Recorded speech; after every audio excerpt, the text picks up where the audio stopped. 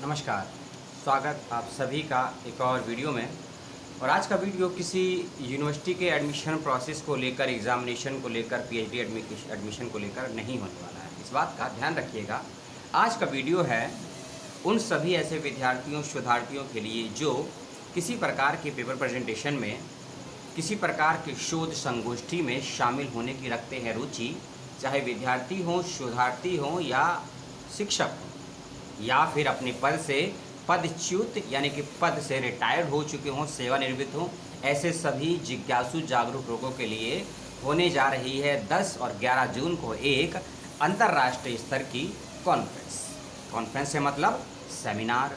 जी हाँ, आपने सही सुना। और एक से अधिक मुल्क मिलकर इसको करवा रहे हैं, यानी कि भारत के अलावा और भी कई देश हैं जो इस संस्थान में कर रहे हैं प्रतिभागिता और अपना अपना सहयोग दे रहे हैं इस 2 दिवसीय सेमिनार को या कहें वेबिनार को सफल बनाने के उद्देश्य से। यदि आप भी इच्छुक हैं इसमें शामिल होने के लिए तो चलते हैं विषयों पर कि किन किन विषयों पर आपको इसमें हो सकता है लाभ, सुनकर अपने ज्ञान को बढ़ाने में। और साथ ही साथ यदि आप लिखते हैं या लिखना चाहते हैं, लिख रहे हैं, तो आप किसी भी एक विषय पर, जो विषय मैं आपको भी बताऊंगा अगले 1-2 मिनट के बाद में, किसी एक विषय को चुनिए, अपना एक पेपर, आलेख और साथ साथ शोध आलेख लिखिए। लेकिन शोध परक आलेख लिखना यदि चाहते हैं और यदि लिखना जानते हैं तो ज़रूर इसमें लिखकर भेज दीजिए। लिखने के बाद भेजने की तारीख, उससे पहले एब्स्ट्रैक्ट यानी कि शोध का जो पेपर आप भेजेंगे उसका सार क्या रहेगा निष्कर्ष के रूप में, उसकी भी एक डेट है, कुछ रजिस्ट्रेशन फ़ीस है, वो सब की हम बात करेंगे। और योग्यता से मतलब आप हिंदी भाषी हों, अंग्रेजी भाषी हों, उर्दू भाषी हों, कोई फ़र्क नहीं पड़ता है किस भाषा में लिखा जाना है। नॉर्मल सी बात है, जब एक से अधिक, मैं जब कह रहा हूँ कि एक से अधिक देश इसमें होने वाले हैं शामिल, तो भाषा एक नहीं बाइलिंगुअल होगी। ठीक है, कौन कौन सी भाषाओं में लेख भेज सकते हैं उसकी भी बात करूँगा। लेकिन सबसे पहले आप सुन लीजिए संस्थाएँ, उससे पहले थीम जेंडर और साहित्य। जेंडर और साहित्य, ये जेंडर मेल और फीमेल वाला यदि समझेंगे तो कंफ्यूज आएंगे आप। कंफ्यूज मत होइएगा यदि सोशल साइंस से परिचित हैं और समाजशास्त्र से परिचित हैं, नागरिकता को समझते हो। नागरिकता संविधान के अनुच्छेद 10 वाली नहीं कह रहा हूँ मैं, ना ही संविधान के अनुच्छेद 5 वाली नागरिकता की बात कह रहा हूँ। ये उस नागरिक के अस्तित्व की, उस नागरिक के पहचान की, आइडेंटिटी की सवाल को लेकर खड़ा करता है जेंडर, और साथ उसका समाधान भी देता है। उसमें साहित्य ने क्या योगदान दिया है, साहित्य की क्या भूमिका रही है। ऐसे ही महत्वपूर्ण विषयों पर बेहतरीन वक्ताओं को सुनने का मौका मिलेगा और बहुत से पेपरों का चयन भी होगा, उनको भी सुनने का आपका मौका मिलेगा। लेकिन संस्थाएं सुन लीजिए जो इसमें हो रही हैं शामिल। आपने भी कभी ना कभी पिछले 1.5 से 2 वर्षों में इन संस्थाओं में ज़रूर किया होगा प्रतिभागी, इनके सेमिनार में, वेबिनार में या किसी प्रकार के अन्य साहित्यिक इस सेमिनारों में। दक्षिण एशियाई भाषाओं के प्रमुख उसकी है Tashkent state university of oriental studies. 2 webinar का वीडियो मैं खुद बना चुका हूं इस यूनिवर्सिटी का, इसलिए मुझे मालूम है। एक और है ग्रेट इमाम कॉलेज यूनिवर्सिटी इराक, और ये जो मैंने बताई ना आपको ताशकंद स्टेट यूनिवर्सिटी, ये उज्बेकिस्तान की है, उज्बेकिस्तान। दूसरी है ग्रेट इमाम कॉलेज यूनिवर्सिटी, ये इराक की है। ठीक है, इराक वो वाला इराक मत समझिएगा कि जहाँ भी युद्ध वॉर चल रहा है, इजराइल, इराक, वो फिलिस्तीन वाला, उसकी बात नहीं करेंगे, वह ज़्यादा अंतर्राष्ट्रीय संबंधों की बात हो जाएगी। हम रहते हैं अपने वेबिनार पे, क्योंकि हम साहित्य, समाज और समाज में उत्पन्न वाली समस्याओं के समाधान देने में रखते हैं रुचि। तीसरी संस्था है किन्नर अधिकार ट्रस्ट, जो कि भारत के, हरियाणा की है, भारत के चिका हरियाणा और इंडिया। और बोहल शोध मंजूषा की जो अंतर्राष्ट्रीय पत्रिका है, इसको लेकर भी 2-3 वीडियो मैंने ज़रूर बनाए हैं इसके वेबिनार को लेकर, उनको भी ज़रूर देखिएगा। और ये 4-5 संस्थाएं इसमें हो रही हैं शामिल। थीम रखा गया है जेंडर और साहित्य। मेरी बकवास भी आपने सुन लिया, विषयों को सुन लीजिए। ये कौन कौन से महत्वपूर्ण विषय हैं जिन पर आप अपना पेपर लिख कर भेज सकते हैं। भाषाएँ 2 हैं, हिंदी या अंग्रेजी, या अपना संपूर्ण शोध आलेख पेपर आप इंग्लिश में लिख कर भेजिए या हिंदी में लिख कर भेजिए।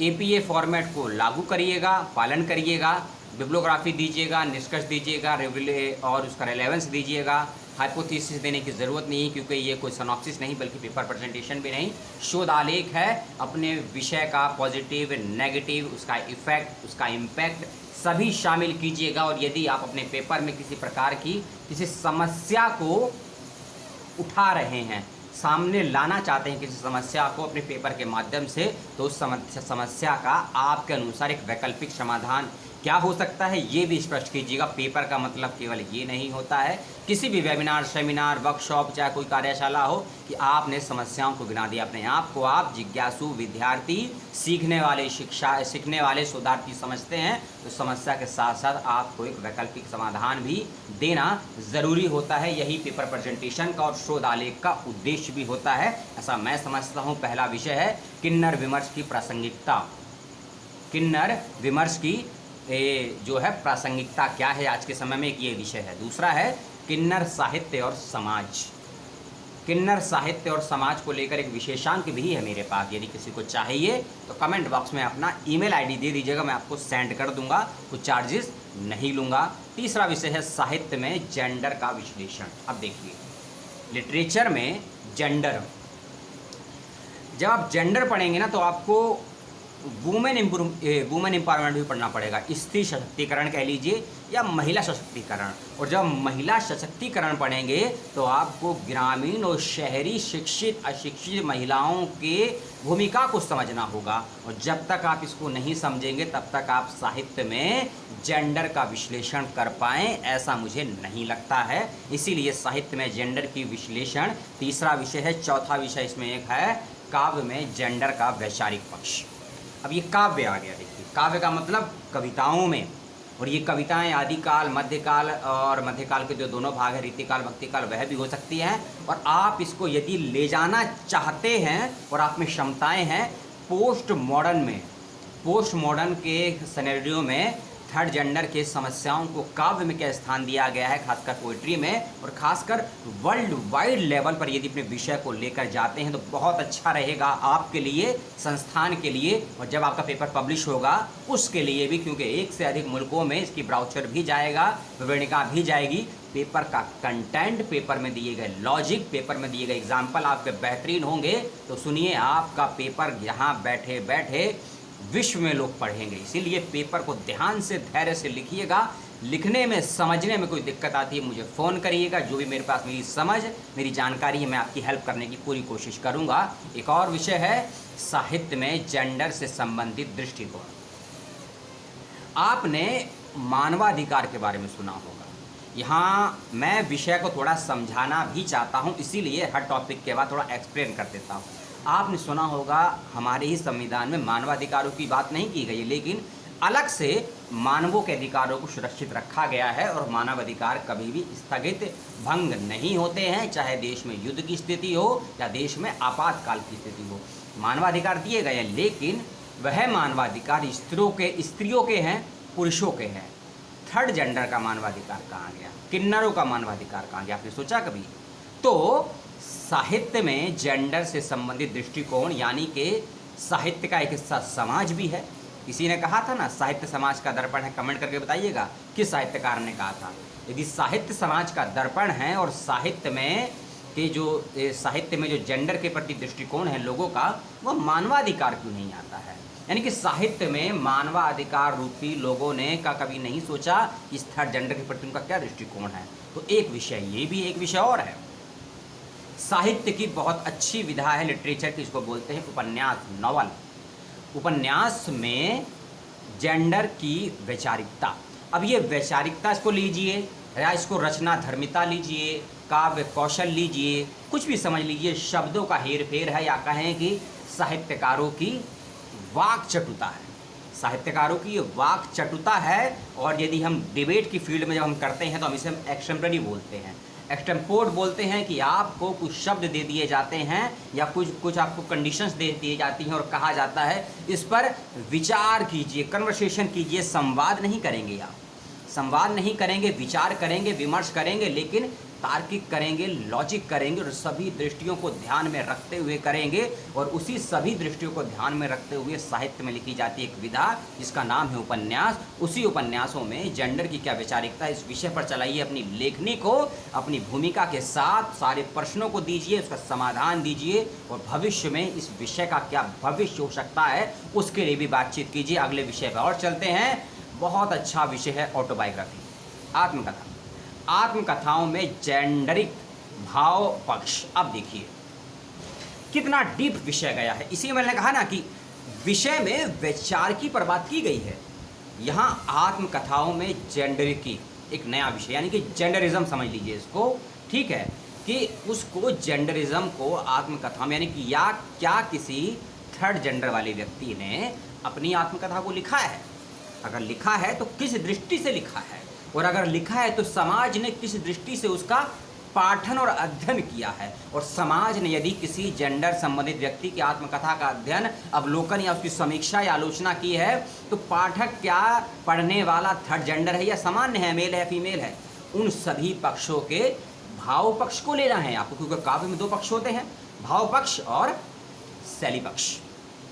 कई लोग उसके नामों का हेर फेर है, कई लोग रस से, अलंकार से, छंदों से, भाषा से, शैली विज्ञान से, भाषा वैज्ञानिक परिप्रेक्ष्यों में देखते हैं। लेकिन यहाँ आपको आत्मकथाओं में जेंडर के भाव पक्ष को देखना है, इस बात का ध्यान रखिएगा। अगला विषय चलते हैं। विषय थोड़ा इतिहास से निकलकर प्री इतिहास में जाएगा, पौराणिकताओं में जाएगा, और विषय है पौराणिक कथाओं में किन्नरों की अवस्था। तब आपको जाना पड़ेगा प्रथम देवासुर संग्राम को भी याद करना पड़ेगा और आपको महाभारत को भी याद करना पड़ेगा। आपको उस पार्थ रूपी अर्जुन का, कृष्ण का कैरेक्टर भी याद होगा जब उन्होंने अपना 1 वर्ष अज्ञातवास में गुजारा था। किस रूप में गुजारा था, वह बने थे ब्रहण ललाभ, आधा शरीर किन्नर का हो चुका था उनका।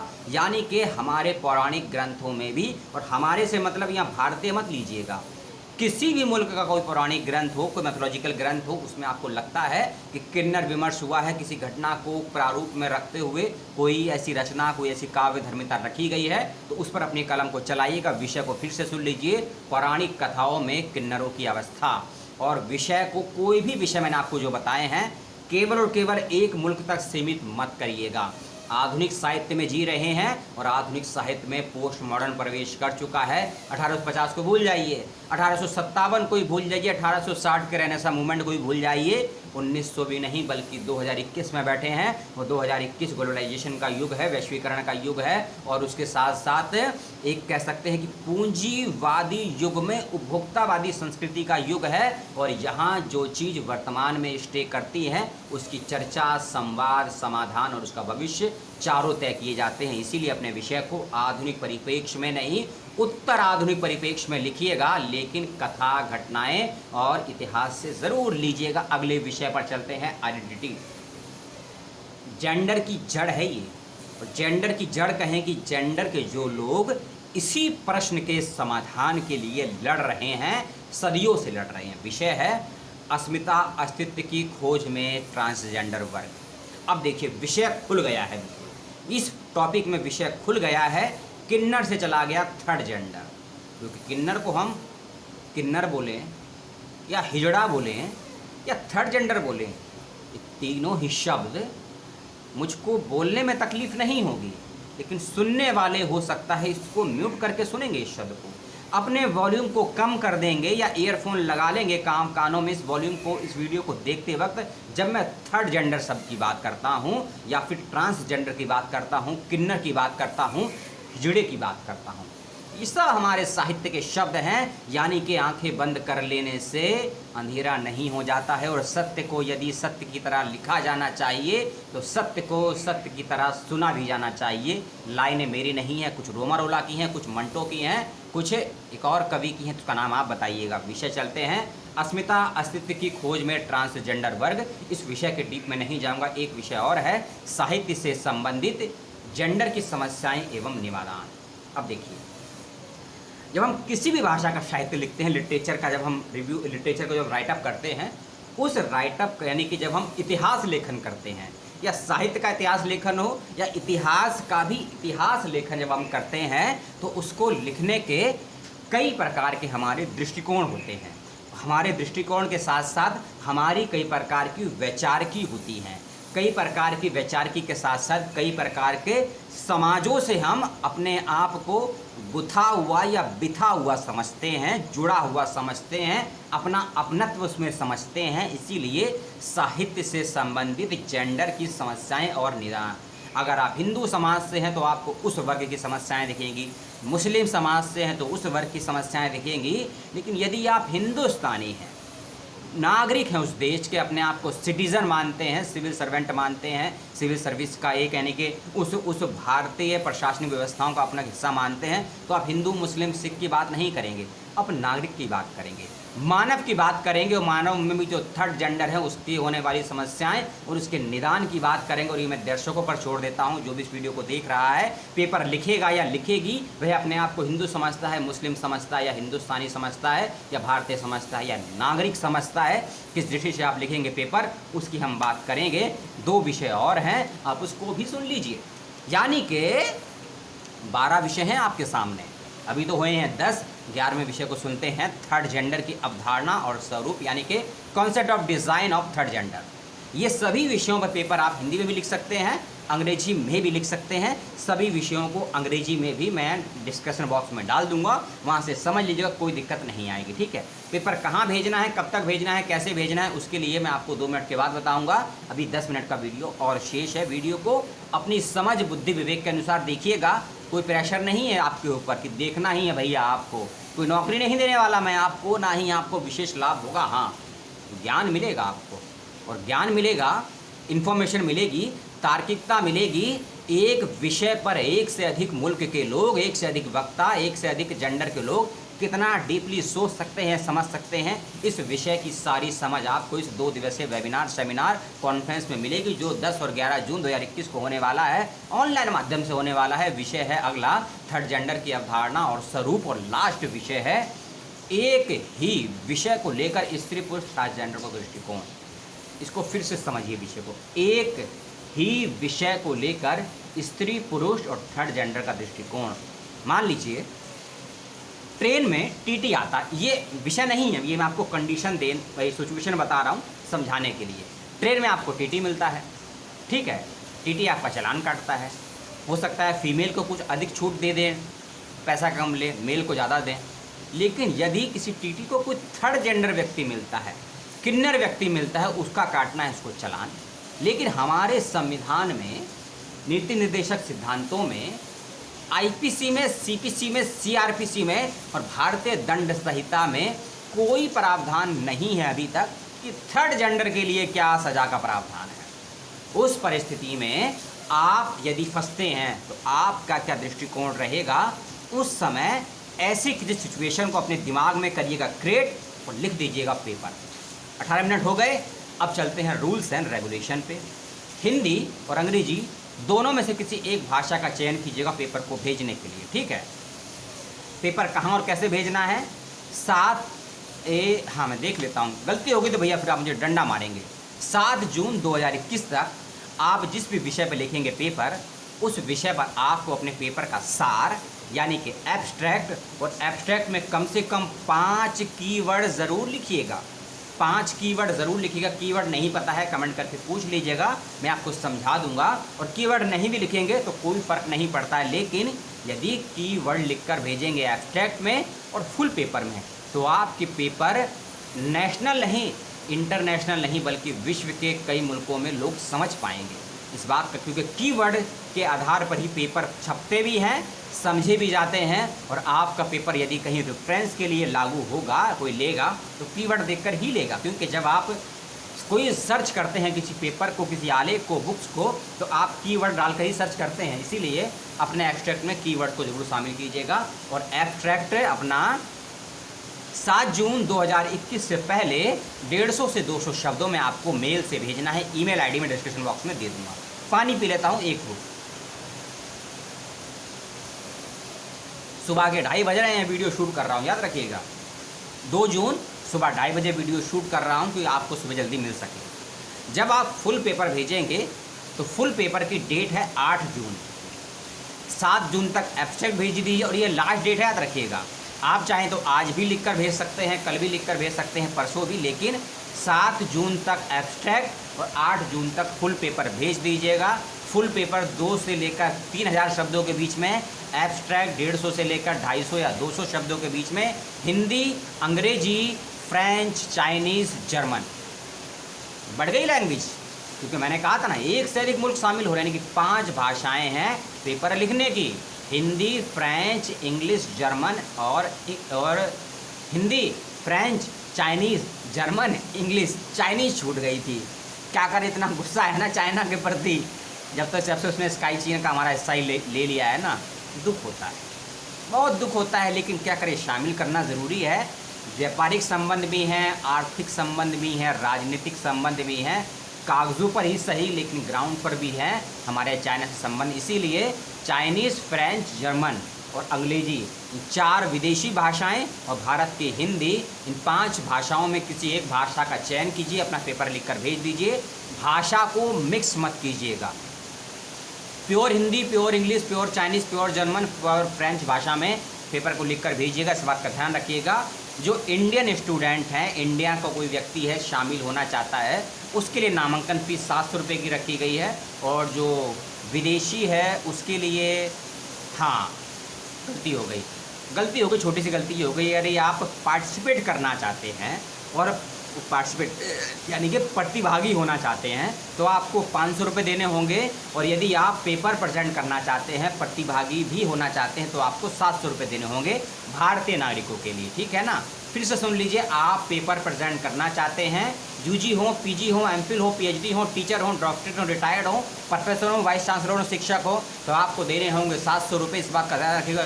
पीछे बहुत तेज आंधी चल रही है और बारिश भी हो रही है, इसीलिए आपको डिस्टर्बेंस हो रहा होगा वॉल्यूम में, इसलिए मुझे बहुत चीखना पड़ रहा है, चिल्लाना पड़ रहा है।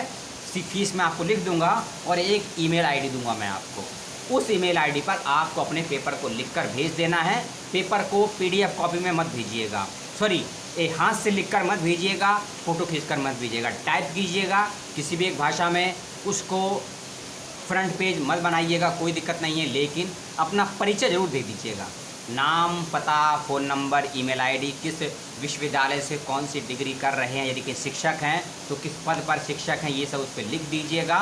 और साथ ही साथ में कोई समस्या आती है, कोई समाधान के लिए कोई टेक्निकल दिक्कत आती है तो कुछ फ़ोन नंबर आपको दे दूँगा, संपर्क सूत्र, उनसे ही बात कर सकते हैं।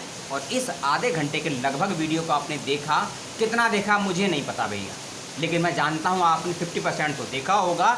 यदि आप रुचि रखते हैं लिखने की, और ये विषय हिंदी तक सीमित नहीं है, ना ही हिंदुस्तान तक सीमित है, विषय साहित्य का है, विषय अस्तित्व का है, विषय समाज के उस तीसरे व्यक्ति का है जिसके बिना भारत ही नहीं, आप भारत के बाहर भी अधिकांश मुल्कों में अपना कोई भी शुभ कार्य या अशुभ कार्य पूरा नहीं कर सकते। ये बहुत बड़ी वैचार की है ये कि किन्नर समाज के बिना हमारा कोई शुभ कार्य या अशुभ कार्य पूरा नहीं होता। इस विषय पर अलग से विमर्श हो सकता है, मैं भी 1 घंटे का लेक्चर दे सकता हूं, लेकिन आज ना ही समय है और ना ही वैसी परिस्थिति है। तो साहित्य और जेंडर पर होने वाले इस 2 दिवसीय वेबिनार, सेमिनार, कॉन्फ्रेंस जो कि 10 और 11 जून को होने वाला है, जूम पर होगा, मीट पर होगा, स्काइप पर होगा, किस पर होगा, आपको सूचना आपकी ईमेल आईडी पर मिल जाएगी। और जैसे ही मुझे प्राप्त होगी एक वीडियो और बन जाएगा। वीडियो को शेयर कीजिएगा, अपनी बुद्धि, समझ, विवेक के अनुसार वीडियो को लाइक और चैनल को सब्सक्राइब कीजिएगा। डिसलाइक करेंगे या लाइक करेंगे, रीज़न ज़रूर दीजिएगा। भेड़ चाल की तरह लाइक मत करिएगा, क्योंकि वीडियो देखने वाले मेरे भाई बहन भी हो सकते हैं, मेरे शिक्षक भी हो सकते हैं, मुझे जानते हैं, इसीलिए लाइक मत कीजिएगा। आपको यदि विषय अच्छे लगे हों, मेरा प्रेजेंटेशन अच्छा लगा हो, ये थीम अच्छा लगा हो और आप चाहते हैं इस प्रकार के वीडियो आपको मिलते रहें, तो ही वीडियो को लाइक या शेयर कीजिएगा, अन्यथा अपना समय कहीं और लगाइएगा और दोबारा चैनल पर मुड़कर मत आइएगा। मुझे मेरे फॉलोअर नहीं चाहिए जो मुझसे सवाल कर सकते हो, जिनमें कुछ इच्छा हो, सीखने की जिज्ञासा हो, वही आइएगा चैनल पर, वही वीडियो को शेयर कीजिएगा। क्योंकि साहित्य आप में सवाल पैदा करने की रुचि यदि पैदा नहीं कर सकता है, ऐसे साहित्य को तिलांजलि दे दीजिए, शमशान में उसको फूंक आइए। शमशान में फूंक आइए ऐसे साहित्य को जो विद्यार्थियों में, शोधार्थियों में सवाल पैदा करने की जिज्ञासा उत्पन्न नहीं कर सकता है। 1934 में कहीं ना कहीं मुंशी प्रेमचंद ने कहा था, 1943 में प्रेमचंद ने कहा था, 1941 या 42 में निराला ने कहा था, और सर्वपल्ली राधाकृष्णन में भी इसको अपनी थीसिस में लिखा था। इस कोट को शमशान वाली को, नहीं तो कई लोगों को आपत्ति हो जाएगी कि मैं साहित्य को जलाने की, साहित्य को तहस नहस बात करने की बात कह रहा हूँ, और वीडियो को स्किप करके देखा होगा तो सबसे बड़े मूर्ख हैं आप। जय हिंद, जय भारत, सलाम। 2 जून आज है, 2 जून 2021, इसीलिए 2 जून की रोटी ज़रूर खा लीजिएगा, लेकिन उन लोगों के बारे में ज़रूर सोचिएगा जिनको 2 जून की रोटी नहीं मिलती है। जय हिंद।